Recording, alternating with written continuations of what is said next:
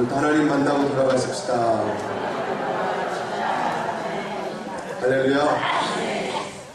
여러분 무하마드 알리 아십니까? 무하마드 알리는 누굽니까?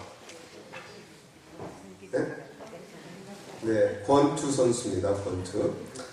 무하마드 알리는 전설적인 권투 선수입니다. 우리나라에도 많이 알려진 선수이죠. 흑인 선수인데 미국의 시사 잡지 타임지가 선정한 20세기에 가장 영향력 있는 세계의 100명을 꼽는데 이 무하마드 알리가 그 100명 중에 들어갔습니다. 이 무하마드 알리 하면 흑인 인권 운동을 했던 사람이기도 합니다. 흑인이면서 흑인의 어떤 그 인권을 대변해서 많은 흑인들의 권익에 기여를 하기도 했습니다. 알리는 헤비급 권투 선수였습니다. 헤비급 하면 저는 비교도 안 되는 더 큰 등치로 권투를 하는 선수들입니다. 근데 이 알리는 약점이 있었다고 합니다. 이 알리는 헤비급 선수들은 이 펀치가 굉장히 센데 알리는 다른 선수들에 비해서 이 펀치의 힘이 약했다고 합니다. 그래서 이 알리는 이 자신의 약점인 펀치가 다른 선수들에 비해서 약했는데 그 약한 펀치를 어떻게 만회를 했는가? 혹시 우리 여기 남자분들, 우리 집사님들, 장로님들 알리하면 유명한 말이 있습니다. 나비처럼 날아서 벌처럼 쏜다. 네, 나비처럼 날아서 벌처럼 쏜다. 이 알리만의 스텝이 있습니다. 알리만의 스텝이 현란하게 스텝을 하다가 팍팍 치는 게 이 그 헤비급 선수가 그렇게 빠를 수가 없었어요. 그러니까 이 본인의 약점, 이 펀치의 약함을 이 스텝의 현란함을 통해서 기습 공격을 했던 거예요. 나비처럼 날아서 벌처럼 쏜다. 이게 바로 무슨 얘기냐면 기습 공격이라고 하는 것입니다. 오늘 제가 여러분들에게 말씀을 드리고자 하는 기드온의 전쟁이 기습 전쟁이었습니다. 여러분 300명과 13만 5천 명이 전쟁을 해야 합니다. 그러면 300명이 13만 5천 명을 물리치려면 전면전으로는 불가능합니다. 그렇죠? 한 사람이 450명을 무너뜨리고 쓰러뜨려야 하는데 여러분 전면전을 해가지고는 이거는 게임이 되지 않는 것입니다. 그래서 하나님께서 기드온에게 주신 지혜가 뭐였냐면 기습전이었습니다. 제가 지난번에 말씀드렸던 로버트 그린이 쓴 전쟁의 기술 33가지의 전쟁에서 승리하는 비결, 그것이 쓰여진 이 책에서 보면 14번째 전략이 기습 전략이라고 하는 것이 있습니다. 이 로버트 그린은 많은 사람들이 우유부단하고 지나치게 조심스러운 세상에서는 속도를 이용하여 파워를 얻을 수 있다고 합니다. 상대가 생각하고 준비하기 전에 기습 공격을 가하면 상대는 감정적이 되고 균형을 잃으며 실수를 저지르기 쉽다고 합니다. 그래서 불시지능적인 기습 공격을 감행하며 상대는 공황 상태에 빠지고 혼란스러워진다고 합니다. 이러한 전략은 체계적으로 조용히 감행할수록 효과가 크다고 합니다. 즉 상대가 모르게 공격하면 상대는 중심을 잃게 되고 공격을 감행할 때는 사정없이 상대를 격파해야 한다고 합니다. 빠르고 결단력 있는 작전을 수행하면 상대는 두려워하고 결국 저항할 수 없는 존재로 인식하게 돼서 기습 공격을 한 상대가 이길 수밖에 없는 것이 기습 전략이라고 합니다. 로버트 그린은 이 기습전에 필요한 3가지가 있다고 얘기합니다. 이 필요한 3가지가 오늘 기드온이 행한 3가지의 특징이기도 합니다. 첫 번째 보여주시면 첫 번째 기습전에 필요한 전략은 기동대라고 합니다. 기동대 말은 무엇입니까? 빨리 이동할 수 있는 사람들이어야 합니다. 그러니까 오늘 기드온은 300의 기드온의 그 용사를 어떻게 합니까? 100명씩 나눕니다. 자, 여러분 16절 말씀을 한번 보실까요? 16절 있습니다. 보여주세요. 시작. 300명을 세 대로 나누어 각 손에 나팔과 빈 항아리를 들리고 항아리 안에는 횃불을 감추게 하고. 300명을 세 대로 나눈다라고 하면 한 대에 한 부대에 100명씩 나누는 거예요.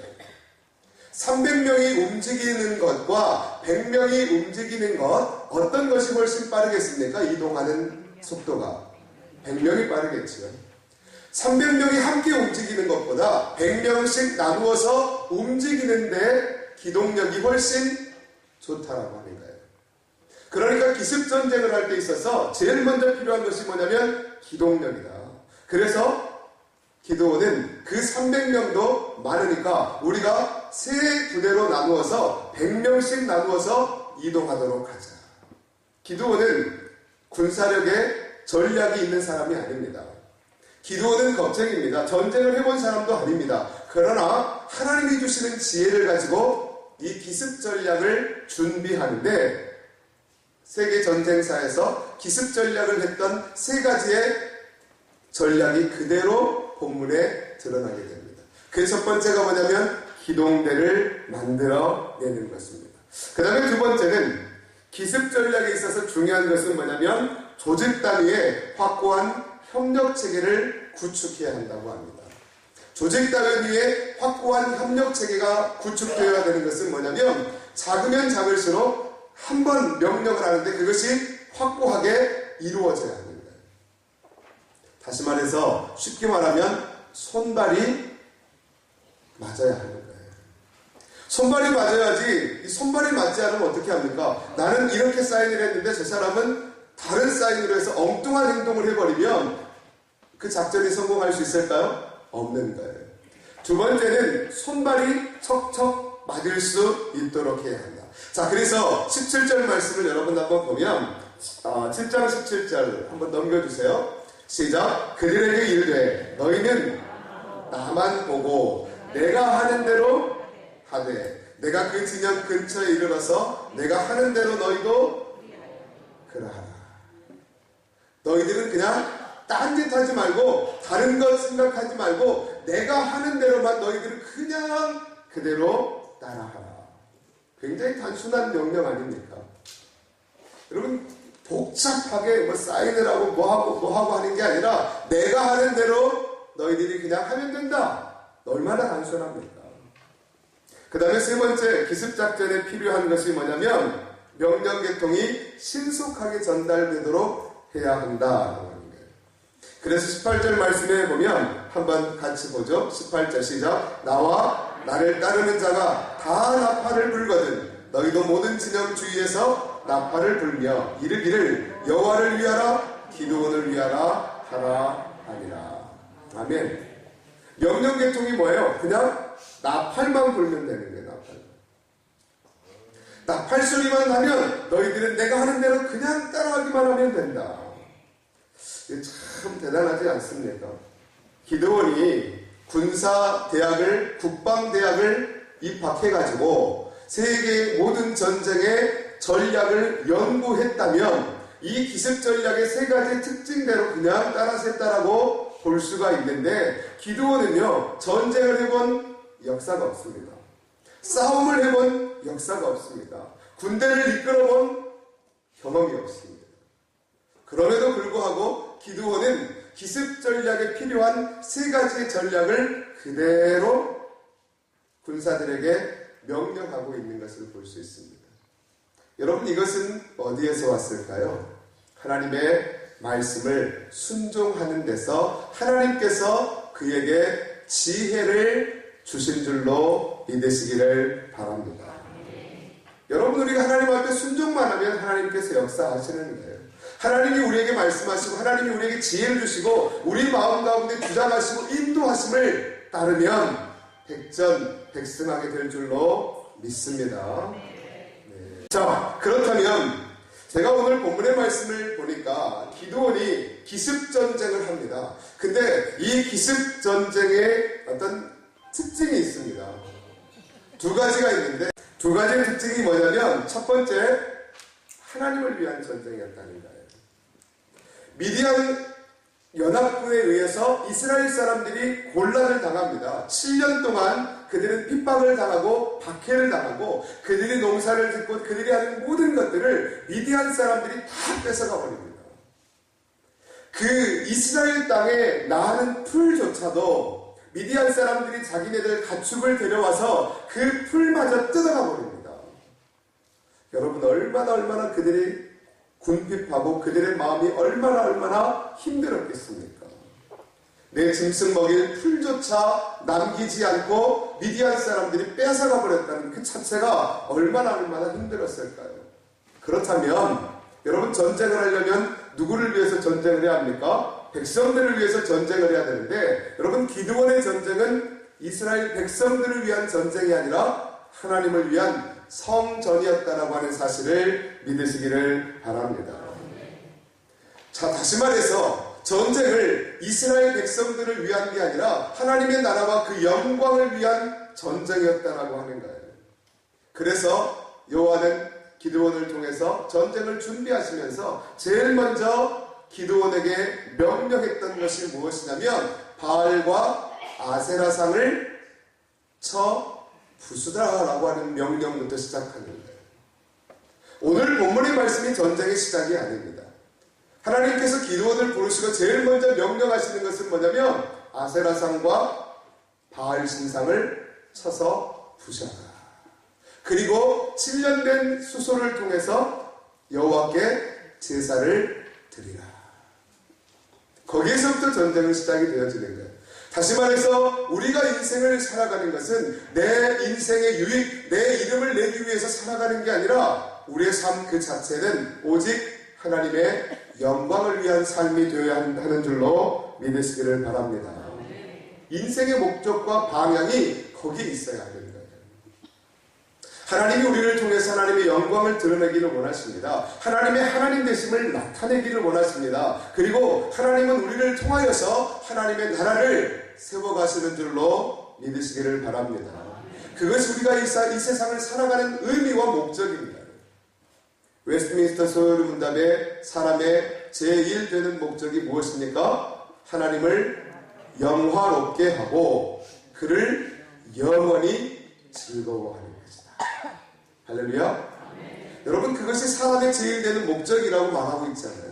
하나님을 영화롭게 하고 영원히 그분을 즐거워하는 것이 인간이 살아가는 목적이고 의미다. 그것이 우리가 늘 기억하고 있어야 하는 거예요. 인생을 살아가는 목적이기도 합니다. 그래서 기드온은 하나님의 영광을 위해 하나님의 존귀하신 이름을 위해 전쟁을 했다라고 하는 거예요. 그 다음에 두 번째 우리가 이 전쟁을 살펴볼 때 이 전쟁은 어떤 전쟁이냐면 비상식적인 전쟁이라고 하는 거예요. 저는 그렇게 전쟁을 붙여보았어요. 비상식적인 전쟁이다. 이것은 뭐냐면 일반적이고 상식적인 것이 아니에요. 다시 말해서 일반적이고 상식적인 전쟁은 무엇입니까? 칼과 창으로 해야 되는 거예요.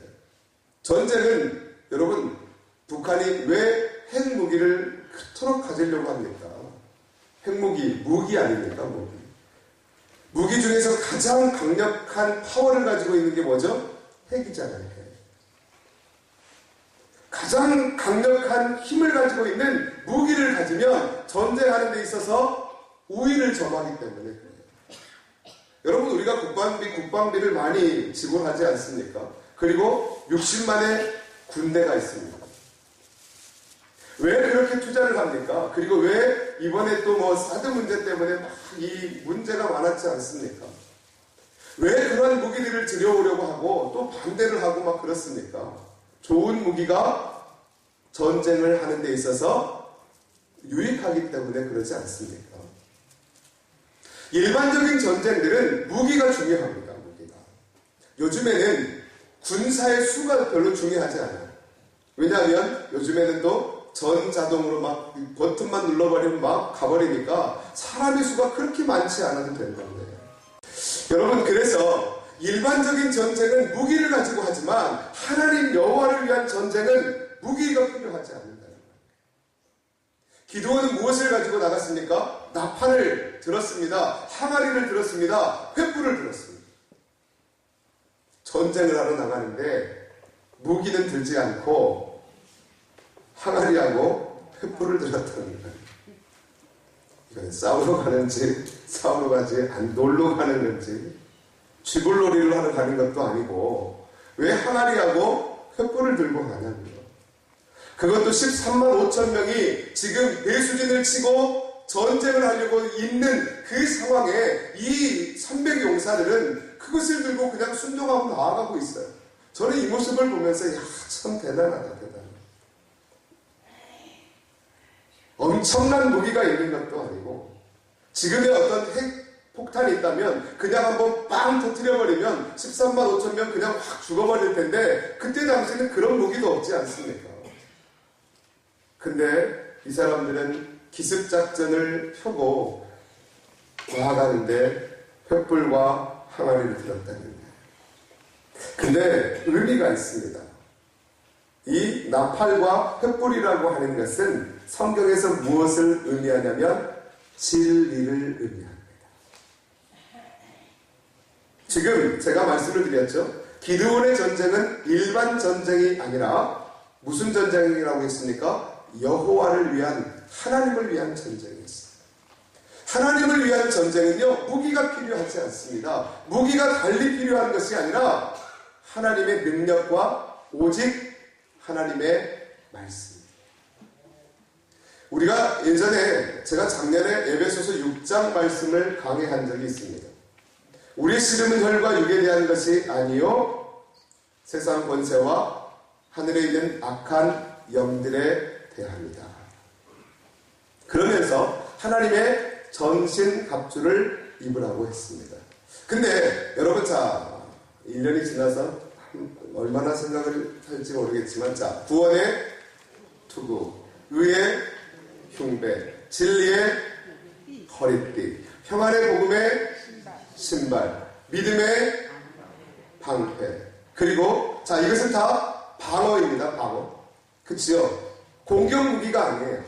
공격은 뭘로 하죠? 칼로 하는 거예요. 칼은 뭐예요? 말씀의 검.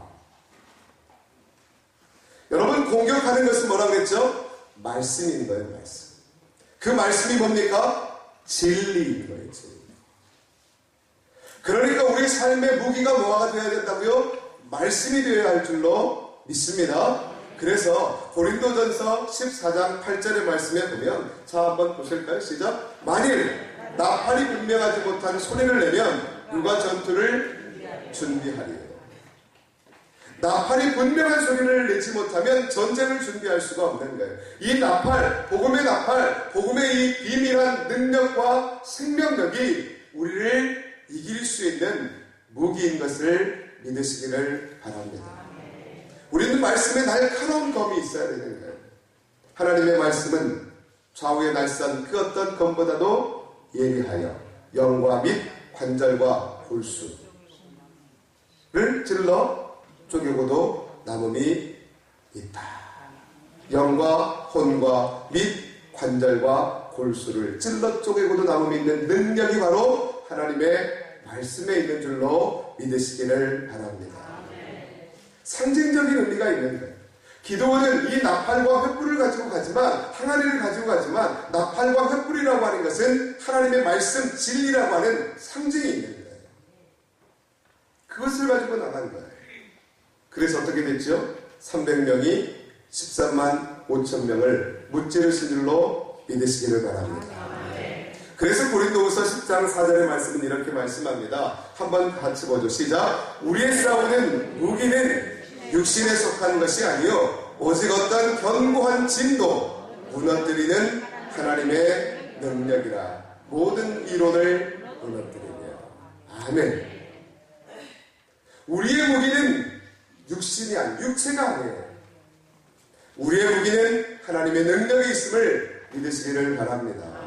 여러분, 그래서 우리는 세상 앞에 감당할 수 있는 거예요. 내 안에 계신 하나님, 나와 함께 하시는 예수님, 내 안에 계신 성령님, 그분이 내 능력이기 때문에.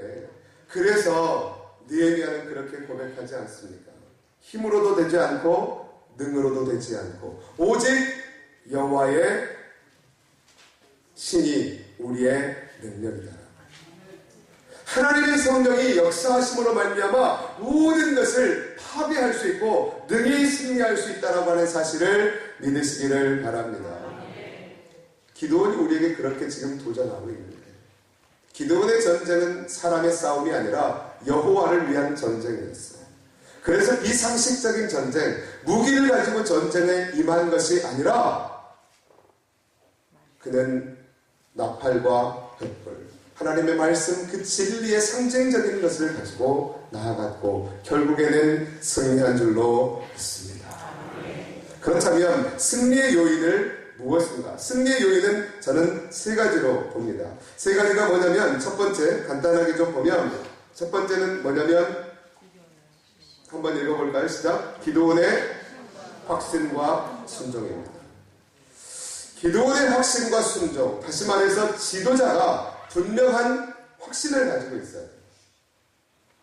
사람 백성들을 이끌고 가는 지도자가 그 전쟁에 대한 확신이 없으면 어떻게 될까요? 그 전쟁은 결코 이길 수가 없습니다. 그래서 하나님께서는 지난 시간에 기드온을 부르시잖아요. 밤에 기드온에게 나타나셔서 이 전쟁은 너의 손에 맡겼다. 그러면서 그 확신을 주기 위해서 네가 부하라고 하는 부하와 함께 적군으로 내려가봐라. 그러면 네가 무슨 소리를 들을 수 있을 것이다. 그 소리를 통해서 내가 너에게 한 말을 확증할 것이다. 그것이 무슨 얘기였습니까? 미디안 사람의 군사가 꿈을 꾸었고 그 꿈은 무엇이었어요? 보리떡이 굴러들어와 미디안 군대를 물리쳤다. 그것이 바로 뭐다? 기드온의 칼이다. 그 소리를 누가 들었어요? 기드온이 들었잖아요. 야, 참 용하다. 하나님이 나한테 하시는 말씀을 그대로 저 사람들이 나에게 들려주네. 기드온은 분명한 확신을 가졌어요. 그래서 15절의 말씀 뭡니까? 기드온이 그 꿈과 희롱하는 말을 듣고 경배하며 이스라엘 진영으로 돌아와 이르되 일어나라! 여호와께서 미디안과 그 모든 진영을 너희 손에 넘겨주셨느니라. 할렐루야! 일어나라! 이 한평 땅을 여러분 모두에게 넘겨주셨느니라. 할렐루야! 아멘. 여러분, 우리가 하는 게 아니에요. 우리가 하는 게. 연약한 우리들을 통하여서 하나님께서 이 시대와 세대를 바꾸시고 이 한평을 하나님의 나라로 바꾸실 줄로 믿습니다. 우리가 연약하기 때문에 하나님은 우리를 통해서 일하실 줄로 믿습니다. 우리가 자랑하고 우리가 잘났다고 얘기하면 우리는 절대 할 수 없어요. 그러나 우리는 아무런 보잘것없는 존재인 것을 인정하고 오직 하나님이 우리를 통해서 일하실 것들을 기대하고 신뢰하고 믿고 의지하고 나아간다면 하나님께서 우리를 통해서 그 크고 비밀한 일들을 이루어 주실 줄로 확신합니다. 기도의 확신과 순종이 첫 번째 요인입니다. 그 다음에 중요한 건 두 번째예요. 군사들이 뭐 했어요? 순종했다는 거예요. 저는 어떻게 보면 기드온보다 군사들의 믿음이 더 좋지 않았을까 생각해요. 기드온은 직접적으로 하나님의 음성을 들었잖아요. 그리고 적군의 이야기까지 확증적으로 들었잖아요. 근데 군사들은 들었습니까? 못 들었습니까? 못 들었어요. 못 들었어요. 32,000명이 모여서 10,000명이 남고 첫 번째는 22,000명이 돌아갔지요. 그 10,000명을 또 구별하면서 300명만 남겨놓고 9,700명이 돌아갔단 말이에요. 성경 신학자, 해석학자들은 이 300명은 믿음의 용사들이었다. 하나님이 믿음의 사람, 두려워 떨지 않을 사람들만 남겼다. 그렇게 해석을 했습니다. 물론 그럴 수도 있습니다. 근데 그 300명도 사람인지라 두렵지 않았겠어요. 메뚜기 떼처럼 쫙 깔려있는데 13만 5천 명이면은요, 우리 한 평에 몇 배인 줄 아십니까? 우리 한 평에 약 4배 정도 돼요. 한평 인구가 35,000명이니까 생각해보세요. 13만 5천 명이면 우리 한평 인구의 4배가 된다니까요. 4배가. 그 4배가 되는 사람이 항해리 들판에 쫙 깔렸다고 생각해보세요. 그리고 우리는 300명, 우리 교회 성도보다 한 2배 좀 더 많은 2배 정도 되는 사람이 그 사람들이랑 싸우려고 한다고 생각해보세요. 게임이 안 되는 거예요. 게임이. 아무리 믿음이 좋아도 그 많은 사람들을 보면 두려워할 수밖에 없는 거예요. 근데 기드온이 말하는 대로 군사들은 뭐 했어요? 순종했어요. 야, 너희들 이렇게 하라. 나를 바라보고 내가 하는 대로 행하라. 내가 나팔을 불면 너희들도 나팔을 불어서 이렇게 하라. 예, 알겠습니다. 알겠습니다. 아멘. 아멘. 이게 승리의 두 번째 요인이에요. 만약에 군사들이 아이고 못하겠습니다. 우리 저 많은 사람들 우리가 어떻게 이긴답니까? 에이, 포기합시다. 항복합시다. 만약에 그런다고 한들 방법이 없잖아요. 근데 역사학자인 아놀드 토인비는 역사의 연구라고 하는 책을 27년 동안을 쓰면서 12권을 완성했습니다. 문명이 발전하고 문명이 붕괴하고 문명이 발전하고 새로 생성됐다 발전하고 붕괴하고 이 문명이 계속 반복되어지는 가운데 특징적인 것이 하나 있었습니다. 그것은 뭐냐면 이 문명을 이어가는 창조적인 소수들이 있었다고 하는 거예요. 많은 사람들이 문명을 세운 것이 아니라 창조적인 소수의 사람들이 문명을 일으키고 문명을 이어나갔다고 하는 거예요. 하나님이 역사를 만들어 가실 때 많은 사람이 필요하지 않았다라고 하는 사실이에요.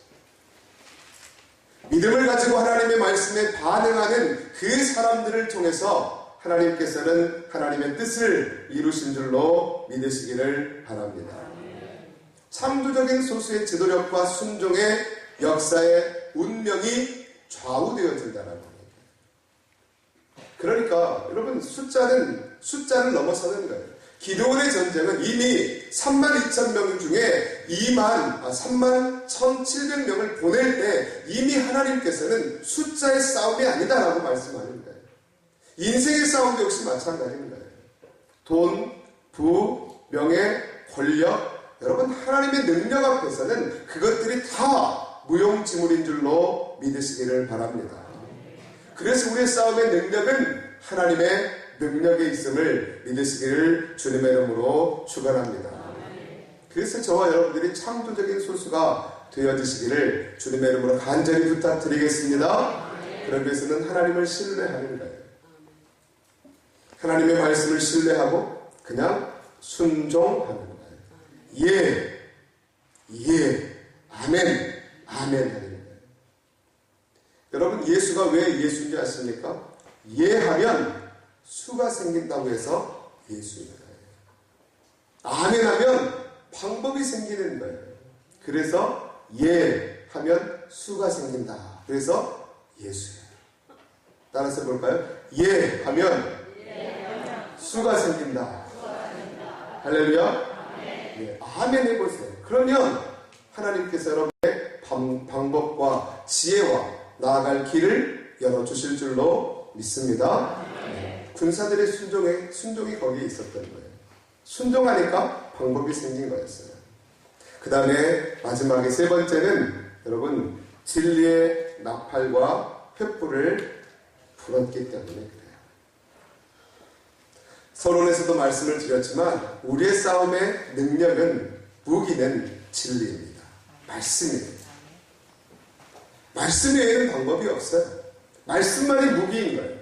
말씀의 검을 가지고 공격하는 거예요. 말씀의 검을 가지고 세상에 나아가는 거예요. 그것만이 우리가 사단을 이길 수 있고 세상을 정복할 수 있는 줄로 믿습니다. 에베소서 6장 10절에서 12절 한번 보죠. 제가 좀 전에 말씀을 드렸는데 시작. 끝으로 너희가 주 안에서와 그 힘의 능력으로 강건하여지고 마귀의 관계를 능히 대적하기 위하여 하나님의 전신 갑주를 입으라. 우리의 씨름은 혈과 육을 상대하는 것이 아니요 통치자들과 권세자들과 이 어둠의 세상 주관자들과 하늘에 있는 악의 영들을 상대합니다. 아멘. 그렇기 때문에 우리도 영적인 무기가 필요한 거예요. 세상 사람들을 통해서 우리에게 방해하고 또 어떤 장애를 놓고 우리를 핍박하고 우리에게 힘들게 하고 곤란을 당하게 하지요. 그 사람들이 문제가 아닙니다. 그 뒤에 있는 영적인 배후들이 문제입니다. 그래서 사도 바울은 그렇게 말하는 거예요. 우리의 씨름은 혈과 육에 대한 것이 아니다. 그러니까 사람들 미워하지 말고 그 사람들 뒤에서 조정하는 악한 영들의 괴계와 사수를 나사렛 예수의 이름으로 하나님의 말씀으로 승리하시는 대적하시는 여러분들이 되시기를 주님의 이름으로 축원합니다. 기도원이 그것을 우리에게 말씀하고 있는 거예요. 나팔과 횃불을 들고 나갔습니다. 하나님의 진리의 말씀만을 붙잡았습니다. 그럴 때 승리하게 되어지는 것이고 우리는 승리의 개가를 부르며 하나님의 거룩한 영광을 회복하고 이 나라 이 땅 가운데 주님의 뜻을 이루어가는 주님의 귀한 권속들이 되어질 줄로 믿습니다. 그래서 우리는 여호와와 기드온의 칼, 이 말이 바로 그 의미입니다. 하나님의 칼, 하나님이 사용하시는 도구인 칼이 되어지시기를 주님의 이름으로 축원합니다.